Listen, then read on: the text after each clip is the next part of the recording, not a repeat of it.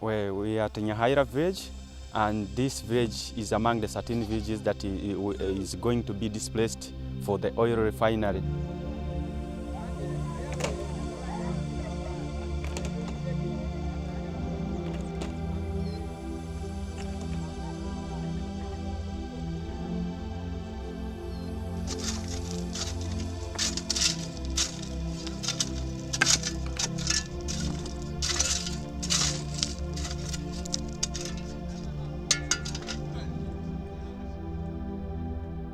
If you move deep, you find that really places, homes have been deserted.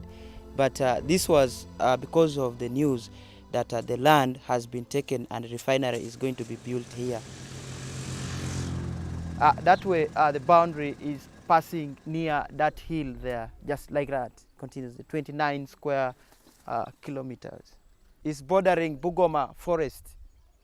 Last year, in June 2012, we had here the exercises of valuation, survey, baseline studies from the Ministry of Energy and Mineral.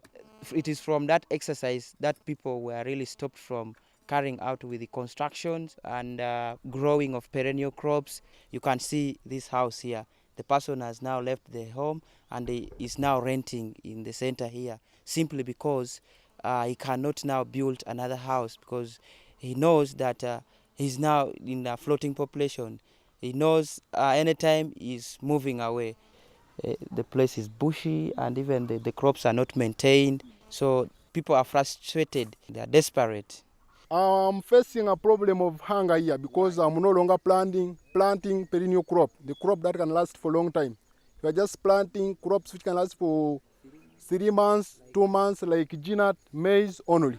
I did not intercrop this because they have told me not to plant perennial crops. Before I used to plant ginat with cassava and some maize in it. My children, they're in danger. Some days we could sleep without eating.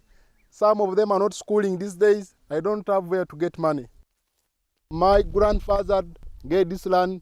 Our land is customary, got it through customary. So I want government to pay me and again give back the land so that I can cultivate and I get money so that my children could go back to school and get food for eating. This is a coffee plant. Coffee plant actually fetches a lot of money, as you know, like in Uganda's market. When it ripes, you pluck them. After plucking, you spray.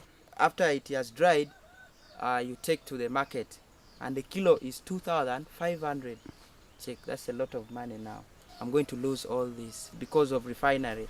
That refinery is going to be built here and I will be taken somewhere else. Now it has taken number of years for it to grow like this.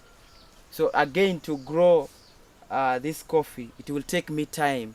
Out of my coffee, I'm so much worried. I don't know how much they're going to give me. Also here, I don't know how much they're going to give me out of a clump of this sisal. For this sisal to really grow, from seedling takes like 10 years for it to be ready for making ropes. This is my jackfruit, you can see. This one is to serve me again for the next 20 years. This is an anthill, but it's quite unfortunate that when they were valuing, when they were assessing, it was ignored.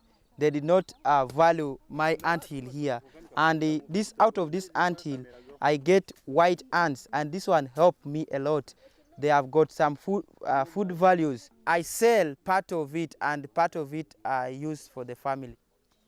Here I've got a good land. You can see actually here I've grown Irish potato. Will I get the same land like this, that is fertile like this? Because I don't know. They haven't told me where they're going to give me the land. I don't know whether it will favor all these crops that I have. That is a worry already.